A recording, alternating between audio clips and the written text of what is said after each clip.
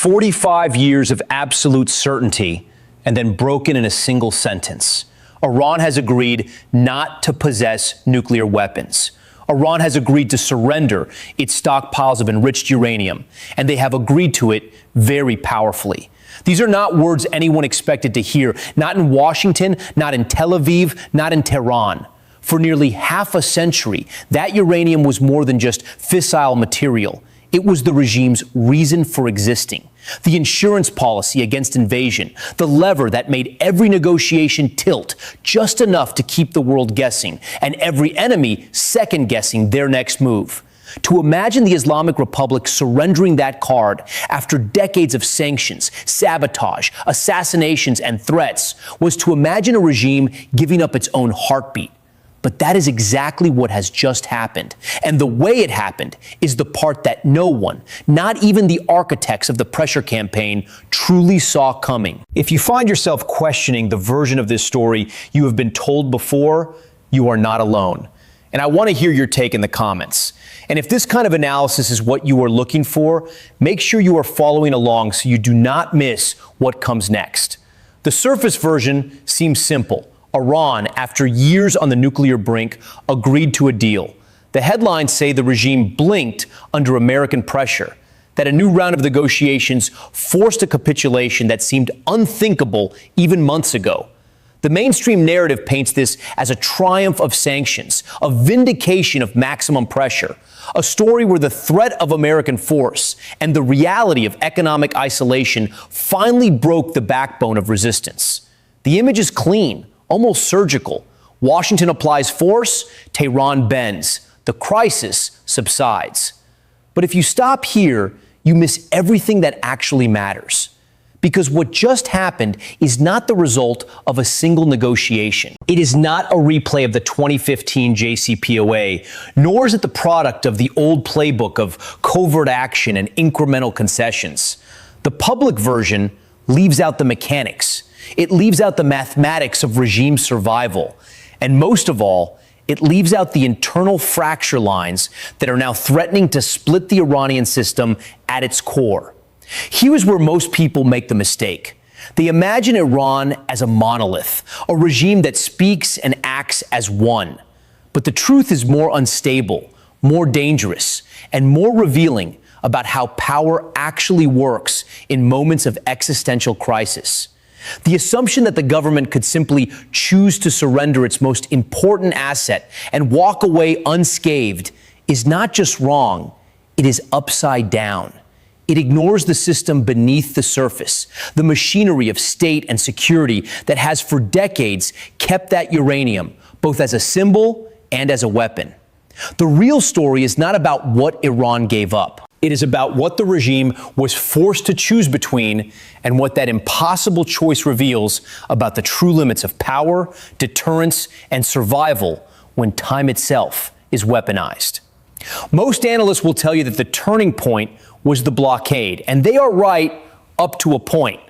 But the deeper you go into how this actually works, the harder it becomes to look at the surface version and take it seriously. The numbers are the first clue that the conventional narrative never accounted for. Before the blockade, 97% of Iranian oil was flowing to China. American destroyers did not simply interrupt a few tankers. They shut off the entire circulatory system of the Iranian economy. The Strait of Hormuz, 21 miles wide, became the choke point, not just for exports, but for the regime's capacity to function. Food, medicine, spare parts, everything that keeps a modern state alive. Within 10 days, oil wells would begin shutting down from overflow. Once shut, many would never fully recover. Within 10 days, food stockpiles in major cities would start to run thin. Within 10 days, the regime's cash flow, paying soldiers, subsidizing the population, financing proxies, would collapse to zero. The enriched uranium, for all its strategic value, could not be traded for bread. It could not power hospitals. It could not fill the tanks of the IRGC. The regime was forced to do the math. What is the value of a nuclear deterrent when the state itself is weeks away from systemic failure? That question has only one answer. But here is the false summit. The logic seems straightforward. The blockade forced surrender. But that explanation stops at the water's edge. It does not account for the internal dynamics now tearing Iran apart. Because the handover of uranium is not just a technical process. It is the crossing of a doctrinal red line that the IRGC, the most powerful institution in the country, has built its entire identity around defending. For President Masoud Pezeshkian, the calculus is brutally clear. Surrender the uranium, keep the regime alive. Institutional humiliation is survivable. Economic annihilation is not.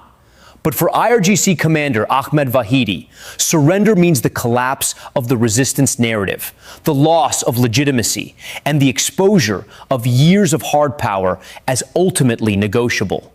The IRGC is not simply objecting. It is in the process of seizing state functions, blocking appointments, replacing intelligence officials, and refusing to return executive power to the civilian government.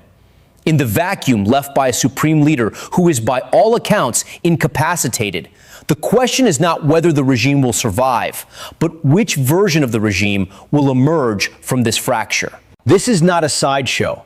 This is the main event. The uranium handover is now more than a foreign policy event. It is a live constitutional crisis. Tehran is split between a president demanding civilian authority and a military commander acting as de facto head of state. The supreme leader's signature, once the ultimate source of legitimacy, is now a ghost. Every decision requires authorization that cannot be obtained. The winner is whoever acts without waiting for permission. The IRGC, by design, is willing to do that.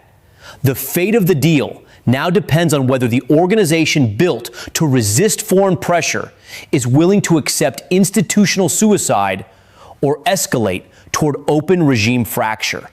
That is not a detail.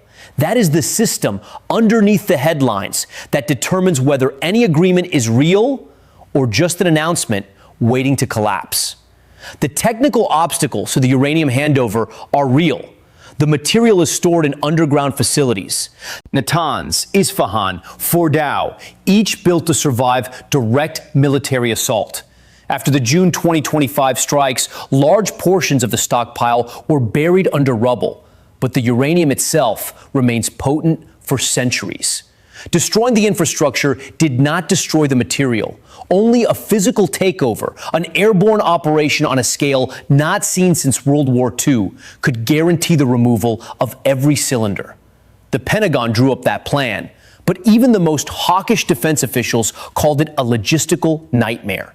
The alternative was total economic strangulation. That is the path Trump chose. The mathematics of survival replaced the logic of confrontation. But the IRGC has cards left to play. It can obstruct the handover, move material to undeclared sites, delay inspections, or declare partial compliance while hiding a reserve stockpile as insurance.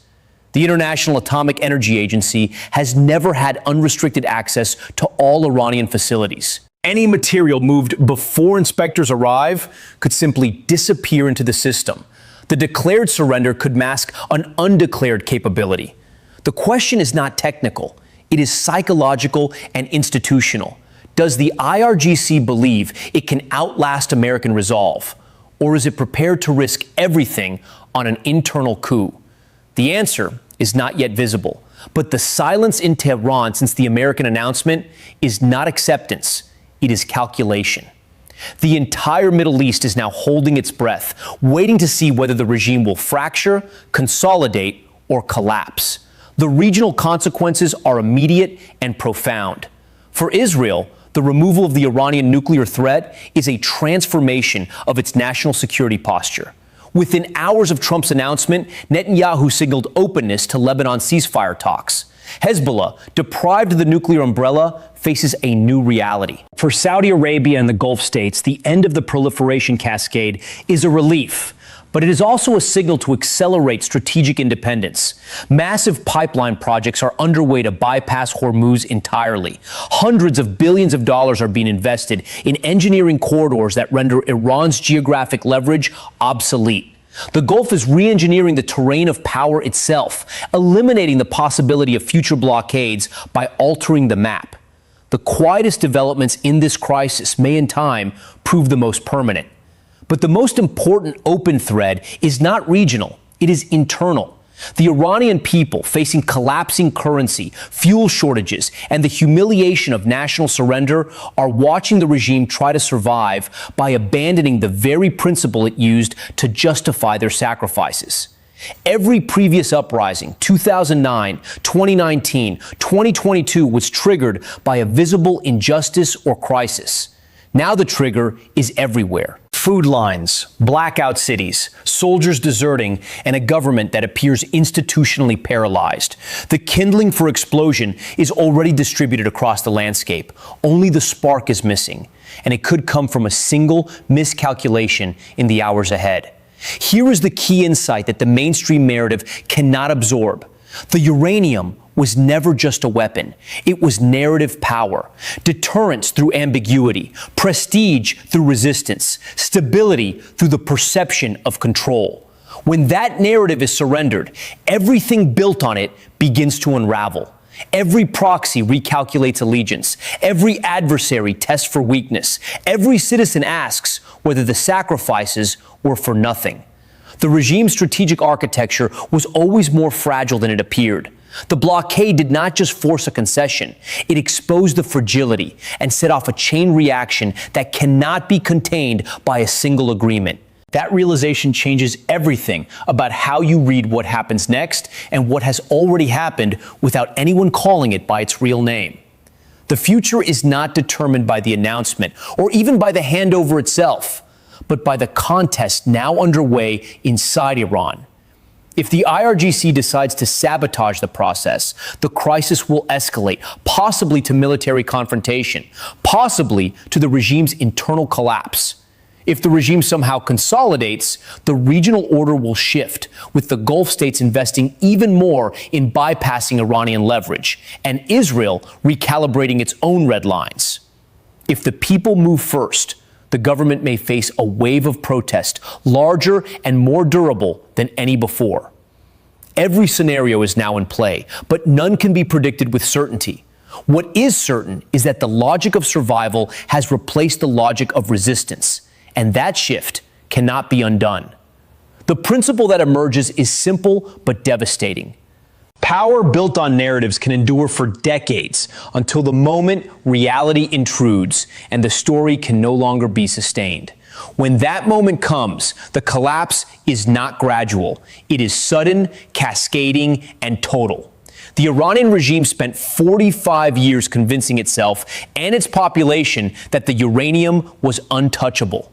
Now it is gone, or as close to gone as external pressure and internal fracture can force it to be. The world is watching as the last defenders of the old story choose between institutional suicide and the risk of total destruction. The part that stays with me is not the outcome. It is the moment when the people who understood exactly what was happening chose to say nothing. Where do you think that line is? Leave your answer in the comments. The most unthinkable part of the story is not the surrender. It is the uncertainty that comes after, as every actor recalculates, every institution repositions, and every citizen waits for the next decision to land. The clock is still running. Midnight in Tehran has never felt closer.